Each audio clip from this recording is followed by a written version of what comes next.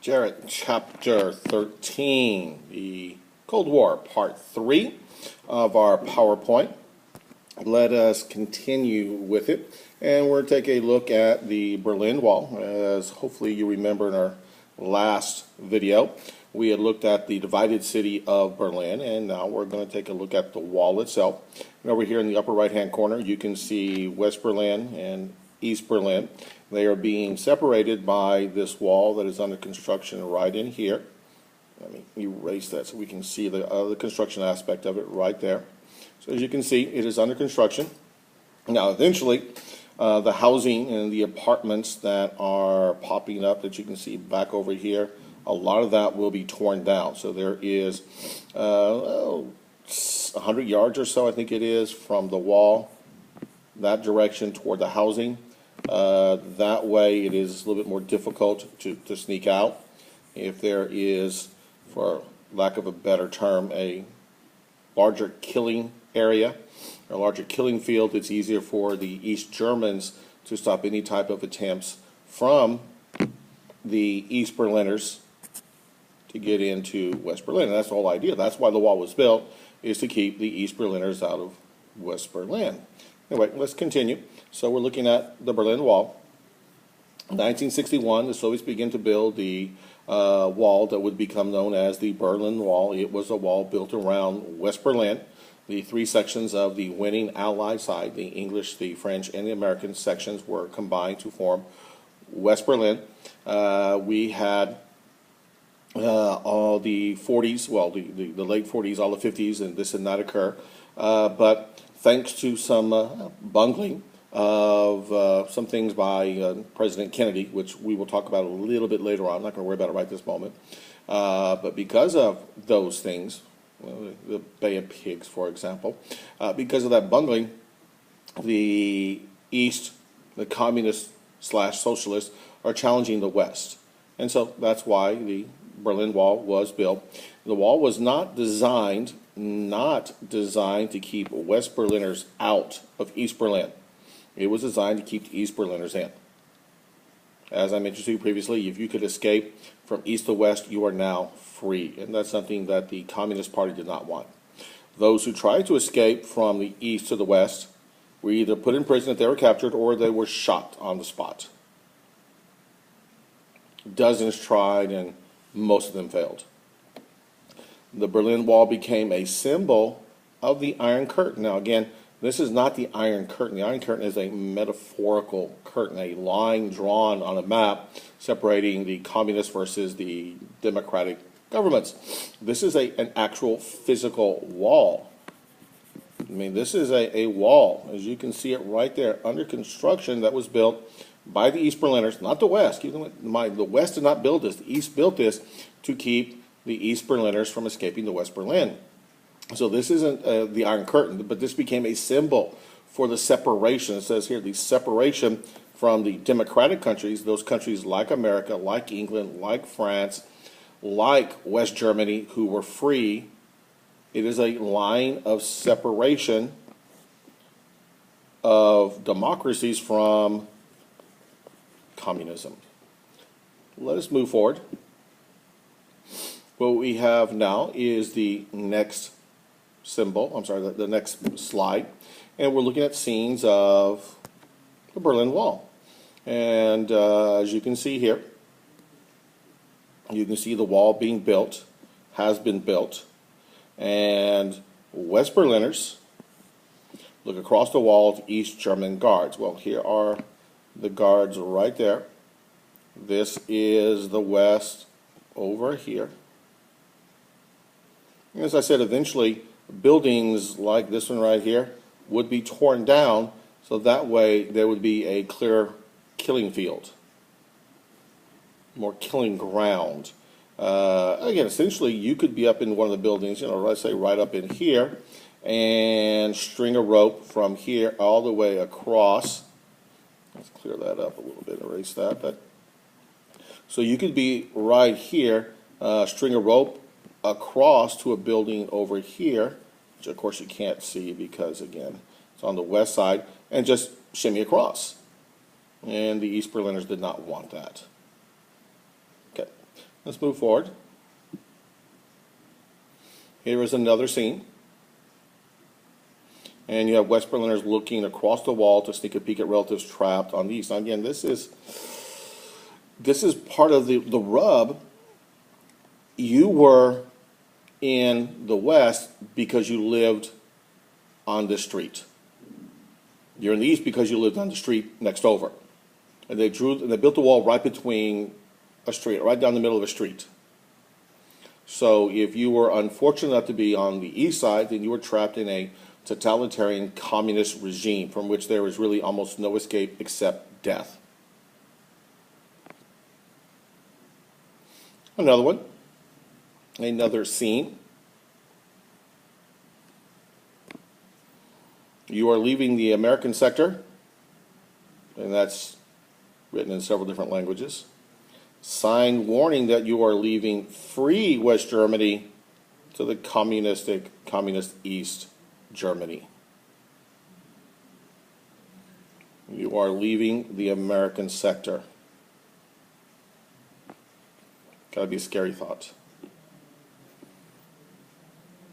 As you can see from this particular slide, which was taken, this picture was taken a few years later. The wall has been finished. It is much taller than what we saw the last time we saw it. And as you can see here, and let me use this color, there is a much more depth there. A much greater killing zone, if you will. And here you have probably some East Berlin guards, maybe a repair crew. I'm not really sure what they're doing, but again, you can see the separation from the wall here, and as it circles around, you have an inner fence right in there. Let me erase that so it's a little bit more clear. There we go. You got that fence right in there, and then you have housing over here. So now as a guard, as someone trying to escape, okay, you have to come all this way, get over the fence, and while that's happening, what are the guards doing? Yeah, they're shooting at you. Okay, so here we have on the left, no man's land on the East Berlin side. On the right, West Berliners who are putting graffiti. You can see some of the graffiti on the wall. I think the scene speaks for itself. This is what happened if you were unsuccessful. Oh, by the way, if you're lucky enough to be unsuccessful and are shot to death, if you are captured, it was far worse on you. As I've told you previously, there are things far worse than death. To be captured trying to escape East Berlin to the west meant years, decades, maybe the rest of your life in a gulag, maybe in Siberia, maybe in East Germany, where you were treated, there's not really a word that can explain it. Again, I personally never experienced it, but I have read the accounts of people who did get captured, who were able to smuggle out, a couple of words scribbled on a sheet of paper, or were able to talk to other prisoners when those other prisoners were let out of prison. They told the story of the ones who were caught trying to escape. Brutal is a good word that comes to mind. Let's move forward.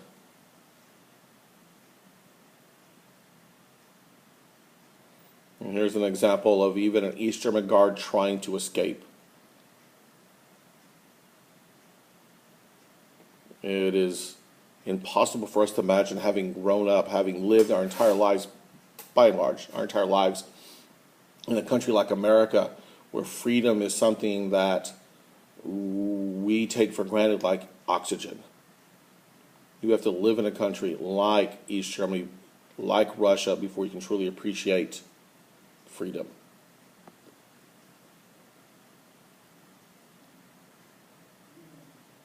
Memorials to East Germans who died, who were killed, attempting to escape. And you can see in the image down here at the bottom, a little roped-in area where memorials have been put up to commemorate their loss by loved ones, I would imagine.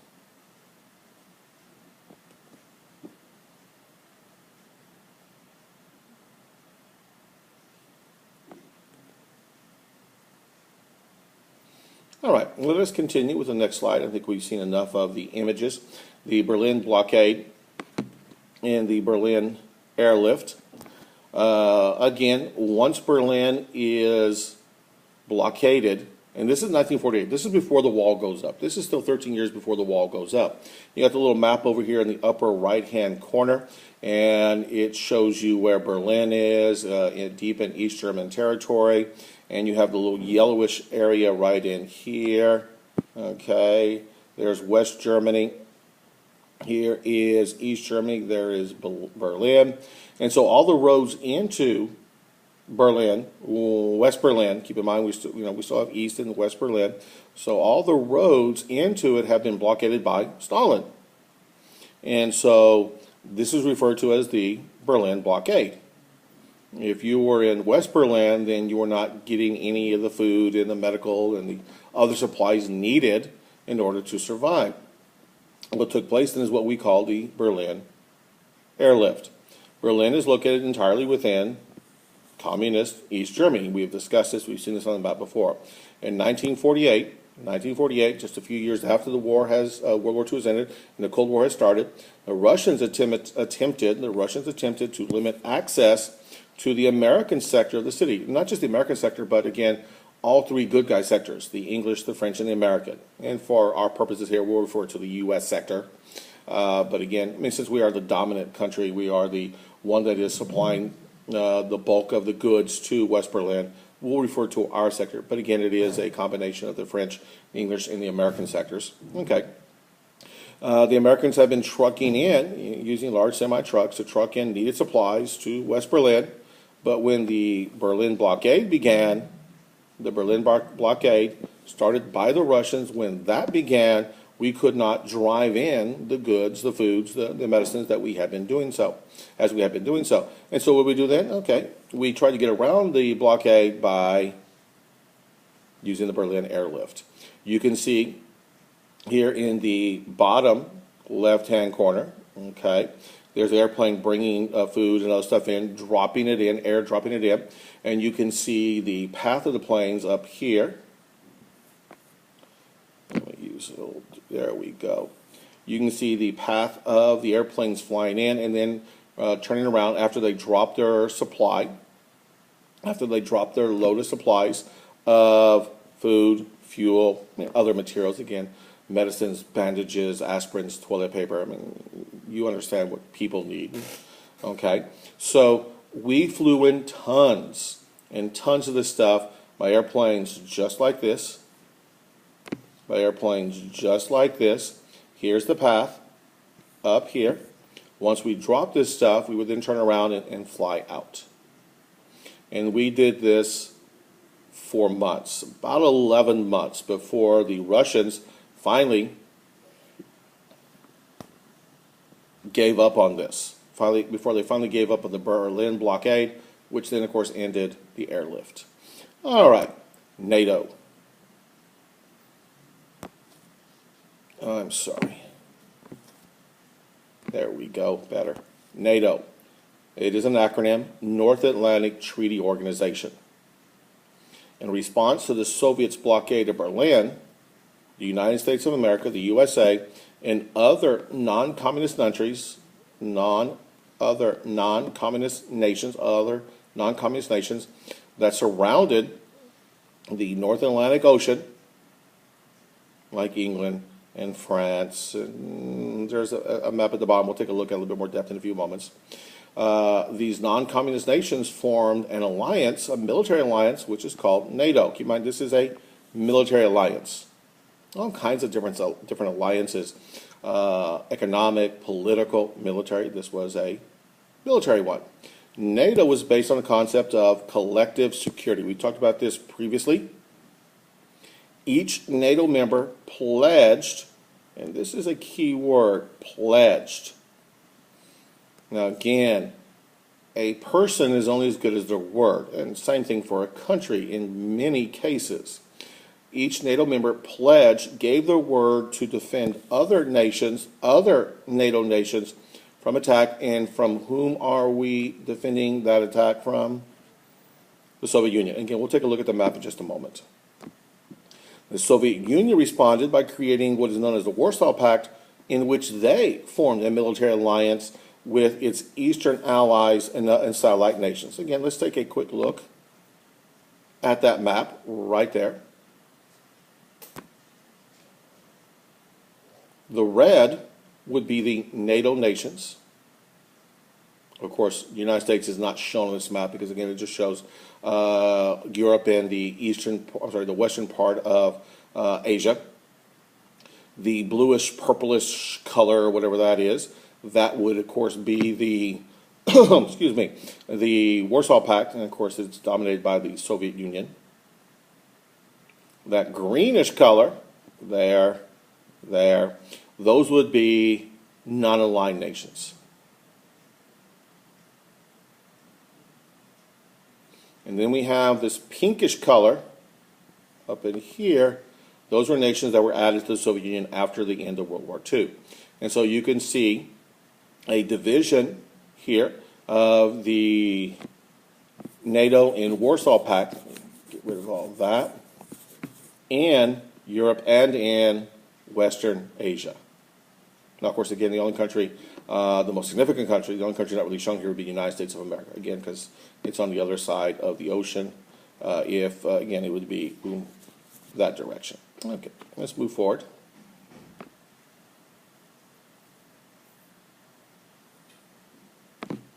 So, friction behind the Iron Curtain. What we have here are a couple of scenes, a couple of pictures, okay, of some events occurring behind the Iron Curtain that gave us some hope, gave us who were opposed to communism some hope. Although America loudly condemned the Soviets and their aggressive behaviors after World War II, we never directly intervened behind the Iron Curtain. Now, what is important here is that we never directly intervened behind the Iron Curtain. Okay? So, we, the United States, didn't directly intervene, didn't directly interfere when the Soviets suppressed an anti-communist revolt in Hungary, which should be right there. We did not directly intervene when the Russians built the Berlin Wall, which is right there. Or we, the United States, did not directly interfere with the Soviets when they invaded Czechoslovakia in 1968. And here is a headline of that right there. So there were things going on behind the Iron Curtain that we really did not do a whole lot about. We did not help those countries who were behind the Iron Curtain, those countries who were controlled by the communist government out of Moscow. And to this point still, up until the late 50s, I forget exactly when Stalin died, which, by the way, was a sweet day. It should be a holiday in America. Anyway, up until that point of his death, all of the Soviet Union, all the satellite countries, everything behind the Iron Curtain was controlled by one man, Joseph Stalin. And we didn't do anything to undermine his authority or to hurt him. Why? The policy of containment. We've talked about that previously. And here we go again, containment in Asia. Again, what is our policy under Truman? What is our policy under Eisenhower? What is our policy under Kennedy, under Johnson, under Nixon, under Ford, under Carter? Our policy is containment. It's not till Ronald Reagan becomes president that we dump containment and try to beat the suckers. Okay, so America believed the policy of containment was working, and it led to the stopping of the spread of communism in Europe. Now, again, whether this is true or not is a debatable point. Let's just say for fun that we will agree with this statement that our policy of containment stopped the spread of communism into Europe. Okay. However, 1949, President Truman loses China. Why? Because China, which is the world's most populous nation at that time, still is today, becomes communist. And Truman has gone down through history as the man who lost China. Who lost China? Why? Because China became communist. Now, communist China, led by Mao Zedong. By the way, here is a picture of Mao. Oh, that's a pretty good arrow. Yeah, pretty good. And here's a little bit of a caricature of him, a little bit of a drawing of him. Anyway, Mao, helped by the Soviets. Keep in mind, who are the communist buddies throughout the world? Russia. If Russia thinks the country will turn communist, they will help them. Mao led China, helped by the Soviets, overthrew the nationalist government led by a man named Chiang Kai-shek. And Chiang Kai-shek and his followers left China, moved to Hong Kong, where they set up a democratic, capitalistic country or an island nation actually, that was successful years and years and years and years to come. Taiwan. From there, they go to Taiwan. They're highly successful. To this day, the nation of Taiwan is still wanted back by China, back into the fold, because, again, Chiang Kai-shek and his people left, went to Hong Kong, went to China, set up very stable, economically sound governments. Okay. Anyway, let's move forward. This will be our last slide. Truman refused to recognize the communist government of China, what we also refer to as Red China. There again, right there. We, the United States, the U.S., also prevented Red China from entering the United Nations. As you can well imagine, this did not sit well with the Chinese, not to mention it really didn't make the Russians happy as well. So here we have, I think, the second largest country in the world, the largest nation in terms of population. It, of course, is a communist government we refer to as Red China. And we, the United States, prevented Red China from joining the United Nations. This would have been a huge step forward for the Russians. They would have had an ally. They would have had an ally in the United Nations. And it would have been a tremendous step for the Chinese to be recognized by the United States. We refused to do so. Okay? We're going to go ahead and stop it at this point. We're a little over 20 minutes. And I want to try to keep these as close to 20 minutes as possible. And I am stalling here as I'm waiting for my little color things.